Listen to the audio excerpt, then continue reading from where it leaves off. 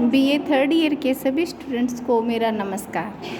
Students, आज हम international relation नाम की पुस्तक शुरू करने जा रहे हैं, जिसका सिलेबस मैं पहले भेज चुकी हूँ। और फर्स्ट यूनिट का फर्स्ट टॉपिक यूएनओ है, यूनाइटेड नेशन ऑर्गेनाइजेशन। तो यूएनओ की स्टार्टिंग आज हम करेंगे संयुक्त राष्ट्र संघ।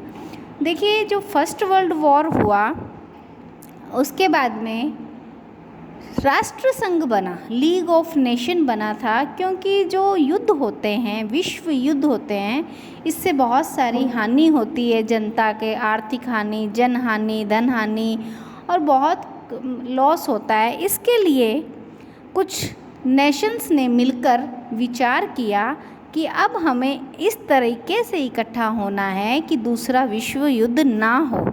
तो 10 जनवरी 1920 को लीग ऑफ नेशन बना था, क्योंकि 1919 में फ़र्स्ट वर्ल्ड वॉर ख़त्म हो गया था, जो कि 14 से लेकर 1919 तक फर्स्ट वर्ल्ड चला था।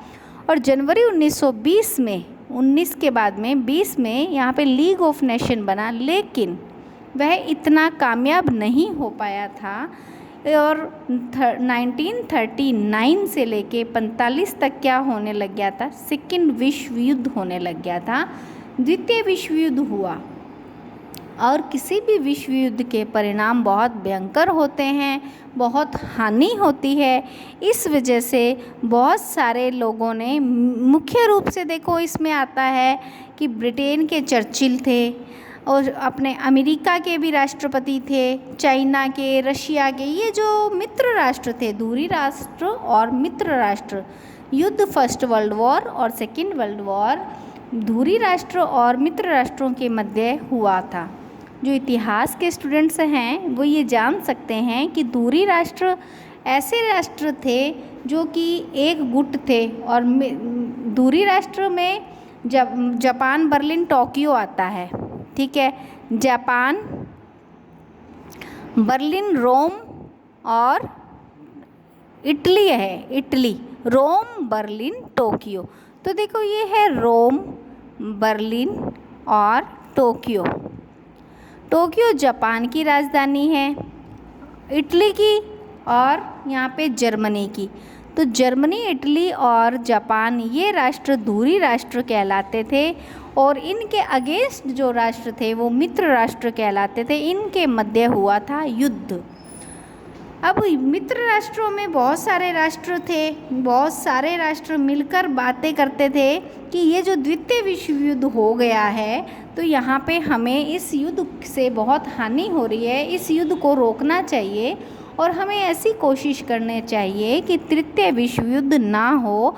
ऐसे विचार लेके विभिन्न राष्ट्रों के जो पदाध्यक्ष है, राष्ट्राध्यक्ष है, उन्होंने बात की। तो अमेरिका के रूजवेल्ट, ब्रिटेन के चर्चिल, रूस के राष्ट्रपति थे लितवोनोव, और चीनी राष्ट्रपति टीसी शुंग, ये सारे के सारे लोग मिले, आपस में बातें की, बहुत सारी घोषणाएं की। तो ये सब हम देखेंगे। और एट लास्ट 24 तारीख को 1945 को यूएनओ की स्थापना हो गई थी। लेकिन आज हम करेंगे कि यूएनओ की स्थापना से पहले कौन कौन सी बातें हुई थी, कौन कौन सी घोषणाएं हुई थी, क्या चार्टर आए थे, और कब यूएनओ की स्थापना हुई थी। कोई भी संगठन एकदम से प्रकट नहीं हो जाता। किसी भी संगठन को शुरू करने से पहले बहुत सारी घोषणाएं होती है, बहुत सारे लोगों का मिलना होता है, मीटिंग्स होती है। उसके बाद में वो जो संगठन है वो परिवर्तित अच्छे जो आज के रूप में है वो पैदा हुआ।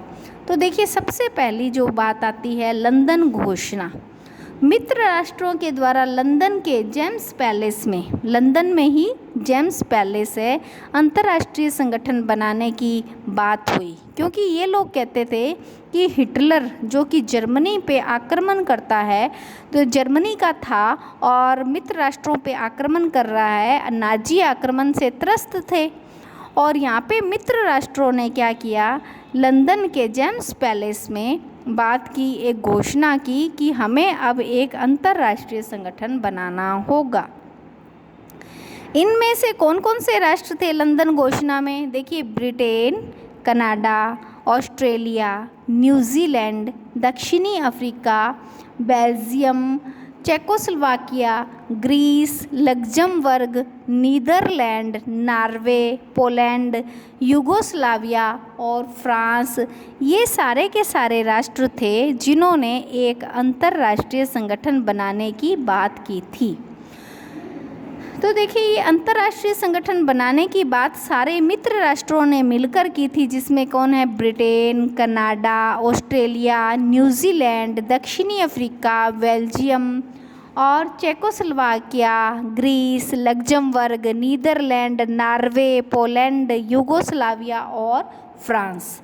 यहाँ पे हमने देखा कि अंतर्राष्ट्रीय संगठन की बात 41 में शुरू हो गई थी। 12 जून 1941 में अंतर्राष्ट्रीय संगठन बनाने की बात शुरू हो गई थी। उसके बाद में ये जो घोषणा हुई, यहाँ पे तो केवल घोषणा हुई थी। इसके बाद इस घोषणा पर हस्ताक्षर किसने किए थे? अमेरिका के रूजवेल्ट और ब्रिटेन के चर्चिल ने 14 अगस्त 1941 को। जून में ये घोषणा हुई थी, जुलाई अगस्त 1 महीने बाद ही लगभग यहाँ पे अटलांटिक चार्टर हुआ था। तो राष्ट्रपति जो थे रूजवेल्ट और यहाँ पे ब्रिटिश प्रधानमंत्री चर्चिल, इन्होंने मिलकर ये बात की कि जो पहले घोषणा हुई थी, हम उस घोषणा के जो विचार था अंतर्राष्ट्रीय संगठन, उसको हम अब जीवित रूप में बनाते हैं, अर्थात उस विचार को केवल विचार नहीं बल्कि परिलक्षित भी करते हैं। तो चर्चिल और रूजवेल्ट ने अटलांटिक महासागर में एक युद्ध पोत पर मिले और ये जो घोषणा थी, इस घोषणा पर हस्ताक्षर किए। तो देखिए, ये जो अटलांटिक चार्टर है, इस चार्टर में एक प्रस्तावना थी और 8 खंड थे। तो बहुत बार प्रश्न पूछ लिया जाता है कि अटलांटिक चार्टर में कितने खंड थे? तो 8 खंड थे। उसके बाद में देखिए 1941 की बात में सबसे पहले जून 1941 में घोषणा हो गई थी, लंदन घोषणा। उसके बाद में अटलांटिक चार्टर जो कि अगस्त 1941 में आया। फिर संयुक्त राष्ट्र घोषणा अब 1 जनवरी 1942 को, ठीक है। यहाँ पे जब ये अंतर्राष्ट्रीय संगठन बनाने की बात की गई थी, तो ये संगठन बनाने की बात की गई थी मिड में, 1941 के मध्य में अंतर्राष्ट्रीय संगठन की बात की गई थी। और फिर उसके बाद में धीरे धीरे आगे विचार बनते गए और संयुक्त राष्ट्र घोषणा हुई। संयुक्त राष्ट्र अर्थात 26 राष्ट्र संयुक्त होके, 26 ये लिखा हुआ है, 26 राष्ट्र संयुक्त होकर क्या की? एक घोषणा की। तो संयुक्त 26 राष्ट्रों की संयुक्त घोषणा हुई जो कि 1 जनवरी 1942 में हुई। इसमें कौन कौन थे? मुख्य अमेरिका के रूजवेल्ट थे, यूके यानी कि ब्रिटेन के चर्चिल थे, रूस के राष्ट्रपति लिथुआनोव थे, चीनी राष्ट्रपति टीसी शुंग थे। तो इस प्रकार हमने देखा कि इन चारों के नेतृत्व में एक संयुक्त राष्ट्र संघ की स्थापना की बात की गई। और यहाँ पे संयुक्त राष्ट्र घोषणा में 26 राष्ट्रों ने संयुक्त होकर एक घोषणा की थी। इस घोषणा में क्या किया गया था? जो अटलांटिक चार्टर के सिद्धांत थे उसको स्वीकार किया गया था।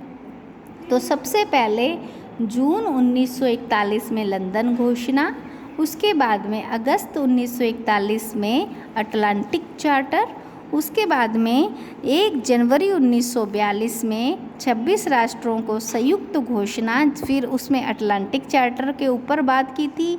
उस अटलांटिक चार्टर में जो जो सिद्धांत थे उसको स्वीकारा कहाँ पे? 1942 में। तो देखिए, ये जो संयुक्त राष्ट्र शब्द है, इसका सबसे पहले प्रयोग करने वाला जो व्यक्ति था वो अमेरिका का राष्ट्रपति रूजवेल्ट था।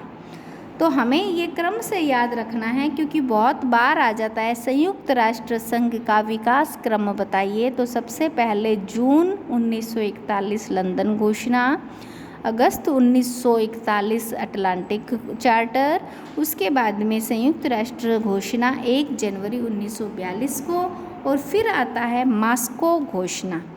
देखिए जो मॉस्को घोषणा है वो 30 अक्टूबर 1943 को है, 30 अक्टूबर 1943 में आई थी। यहाँ पे भी ब्रिटेन, अमेरिका, रूस, चीन, इनके विदेश मंत्री मिलते हैं। यहाँ पे चीन, अमेरिका, रूस, ब्रिटेन, इनके विदेश मंत्री आपस में मिलते हैं और कहते हैं कि हमें शांति स्थापित करनी चाहिए। ये जो सेकेंड वर्ल्ड वॉर हो रहा है इसे हमें ख़त्म करना चाहिए।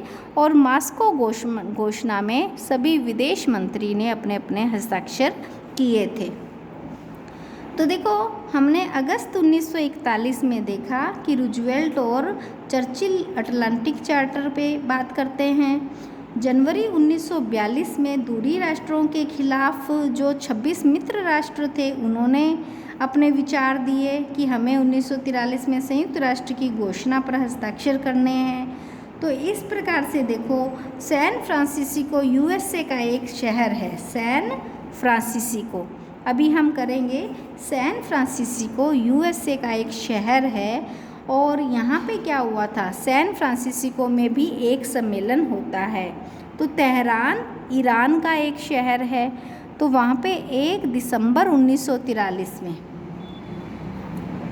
रूजवेल्ट मिलते हैं, चर्चिल, स्टालिन रशिया के हैं, चर्चिल ब्रिटेन के हैं, और तेहरान में रूजवेल्ट,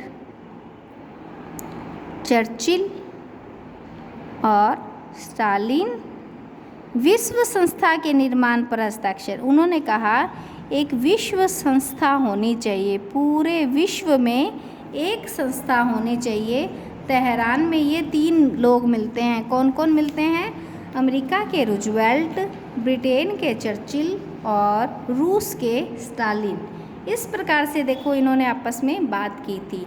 फिर यहाँ पे हम ये एक बार फिर से तुम अपनी कॉपी में अच्छे से लिखोगे कि क्या क्या कैसे कैसे सम्मेलन हुए थे और एक के बाद दूसरा स्टेप क्या क्या लिया गया था, ये सारा अच्छे से तुम्हें लिखना है। तुम स्क्रीन को जूम करके कर सकती हो, इसका तुम स्क्रीनशॉट ले सकती हो। उसके बाद में जो सम्मेलन छठा आया था, तेहरान के बाद में जो छठा सम्मेलन आया था वो है डम्बार्टन ऑक्स सम्मेलन। डम्बार्टन वाशिंगटन का भवन था, वाशिंगटन डीसी अमेरिका में ही डम्बार्ट ऑक्स भवन। अब देखिए जो डम्बार्ट है वो वाशिंगटन का भवन था। यहाँ पे 21 अगस्त से लेके 9 अक्टूबर 1944 तक एक सम्मेलन हुआ था। तो वाशिंगटन के इस भवन डम्बार्टन में 9 अक्टूबर 1944 में एक सम्मेलन हुआ। इस सम्मेलन में इस भवन में डम्बार्ट ऑक्स के भवन के सम्मेलन में संयुक्त राष्ट्र के नाम रखने पे सहमति हुई थी। इसका नाम रखने पे सहमति हुई थी।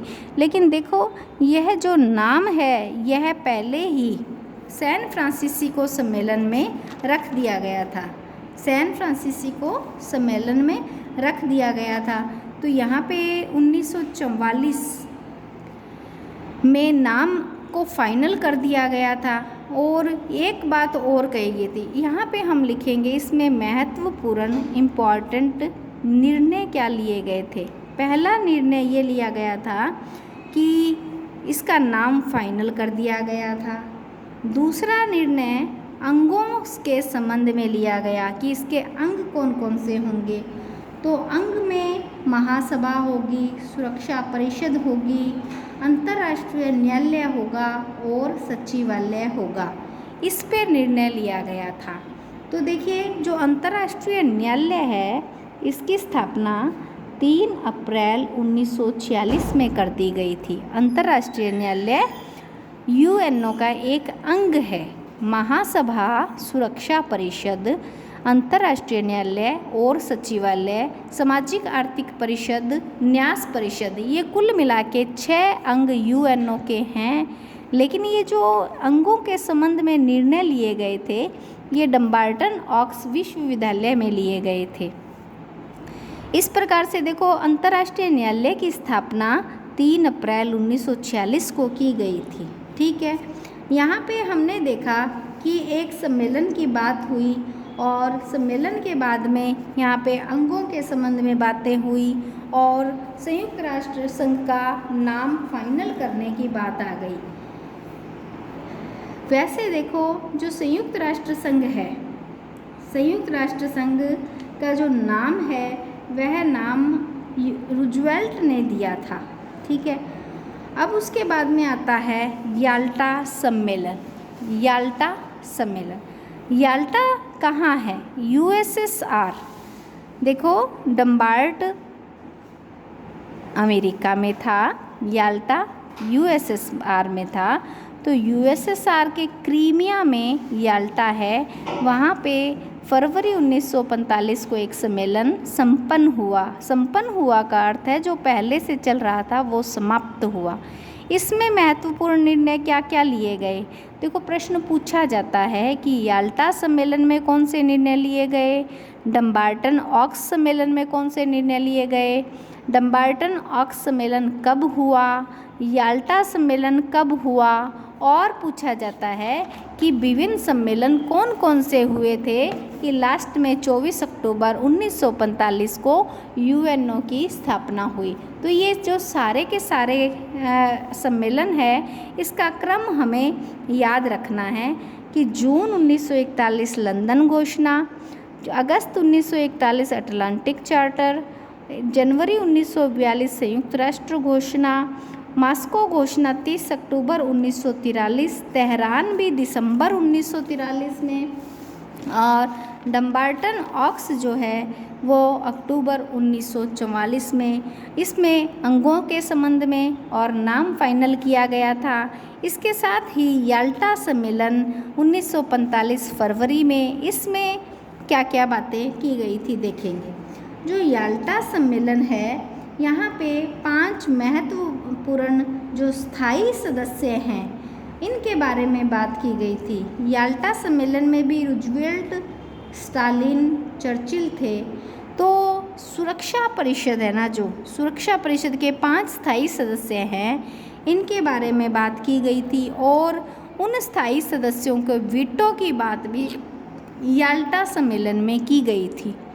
सुरक्षा परिषद की मतदान प्रणाली जो है वो भी इसी सम्मेलन में तय की गई थी। तो महत्वपूर्ण निर्णय हो गए 5 स्थायी सदस्यों की वीटो पावर, सुरक्षा परिषद की मतदान प्रणाली। इस प्रकार से देखो फिर एक सैन फ्रांसिस्को में एक बार फिर से सम्मेलन होता है। देखो जो पहले सैन फ्रांसिस्को में सम्मेलन हुआ था वो जनवरी 1942 में हुआ था। अब दूसरा सम्मेलन सैन फ्रांसिस्को में होगा, वह होगा जून 1945 में। हमने ये बात की थी कि सैन फ्रांसिस्को में 2 सम्मेलन होते हैं। सैन फ्रांसिस्को में 2 सम्मेलन होते हैं और सैन फ्रांसिस्को के बारे में हमने ये किया था कि ये यूएसए का एक शहर है।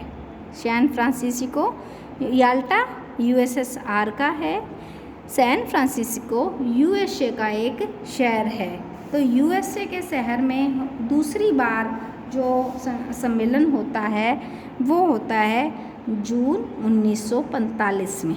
तो देखिए 26 जून 1945 में यहाँ पे महत्वपूर्ण निर्णय ये होता है कि चार्टर पर हस्ताक्षर हो जाते हैं। चार्टर पर हस्ताक्षर हो जाते हैं, यूएनओ का एक चार्टर बन जाता है। तो सैन फ्रांसिस्को में 26 जून 1945 को 50 राष्ट्र ने यूएनओ के चार्टर पर हस्ताक्षर कर दिए। अब क्या हुआ, यूएनओ धीरे धीरे अपने आज के रूप में अपना रूप लेने लग गया। आज जैसा है वैसा बनने की कगार पे ही था। 15 अक्टूबर 1945 को, जून के बाद में 15 अक्टूबर 1945 को पोलैंड ने भी इस पे हस्ताक्षर कर दिए। 30 अक्टूबर 1945 को भारत ने भी इस पे हस्ताक्षर कर दिए। तो देखो 50 + 1 पोलैंड, 51 मूल सदस्य इसके संस्थापक राष्ट्र समझे जाते हैं। तो इस प्रकार से 24 अक्टूबर 1945 को 24 अक्टूबर 1945 को यूएनओ का यूनाइटेड नेशन ऑर्गेनाइजेशन यानी संयुक्त राष्ट्र संघ का उद्भव हो जाता है। और यहाँ पे इस समय यूएसए के जो प्रेसिडेंट थे वो ट्रूमैन थे, जबकि तुमने सारे सम्मेलन में रूजवेल्ट का नाम पढ़ा है कि रूजवेल्ट अटलांटिक चार्टर में मिले थे, रूजवेल्ट ही पहले लंदन घोषणा में थे, रूजवेल्ट ही सैन फ्रांसिस्को, तेहरान में, डम्बाल्टन ऑक्स में, याल्टा में और सैन फ्रांसिस्को जो लास्ट का हुआ था उसमें भी थे। लेकिन ये बात याद रखनी है कि 24 अक्टूबर 1945 को जब यूएनओ का उद्भव हुआ था तब यूएसए के राष्ट्रपति रूजवेल्ट नहीं बल्कि ट्रूमैन थे। तो यहाँ पे जो यहाँ उद्भव हो जाता है संयुक्त राष्ट्र संघ का, शुरुआत हो जाती है एक राष्ट्रों के संगठन का की शुरुआत हो जाती है। तो इसका जो प्रथम सम्मेलन हुआ था वो हुआ था लंदन के वेस्टमिनिस्टर हॉल में हुआ था। तो यहाँ का जो मुख्यालय है संयुक्त राष्ट्र संघ का, पहले मुख्यालय लंदन के लेक्स स्थान पर था और यदि पूछा जाए वर्तमान में तो न्यूयॉर्क हडसन नदी के किनारे इसका मुख्यालय है। देखिए आज हमने यूएनओ की स्थापना में कौन कौन से सम्मेलन हुए, किन किन राष्ट्राध्यक्षों ने भाग लिया और कैसे कैसे महत्वपूर्ण निर्णय लिए गए थे, इसके बारे में हमने आज देखा है। तो अब अपनी नेक्स्ट क्लास में हम यूएनओ के चार्टर के बारे में बात करेंगे, यूएनओ के अंगों के बारे में बात करेंगे और आज वर्तमान में यूएनओ के कितने सदस्य राष्ट्र हैं उसके बारे में बात करेंगे। एक टॉपिक कि यूएनओ को बनाने की पृष्ठभूमि क्या रही है वो आज हमारा कंप्लीट किया है।